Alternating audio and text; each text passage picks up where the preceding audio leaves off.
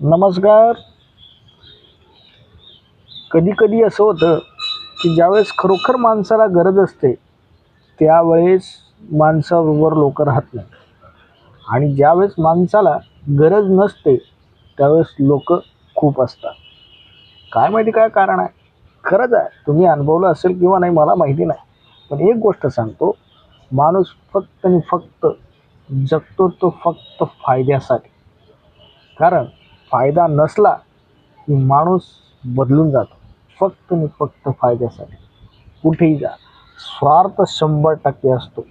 कोणत्याही कामामध्ये काहीही असो, त्याचा स्वार्थ 100% दडलेला असतो. तात्पुरत्या काळामध्ये का असेल ना, तो फक्त बंदिस्त असतो, तो आपल्याला दिसत नाही. आणि म्हणून स्वार्थी माणसं किंवा फायद्यासाठी जगणाऱ्या माणसांपासून लांब राहा, एवढंच मला या ठिकाणी सांगायचं आहे. नमस्कार.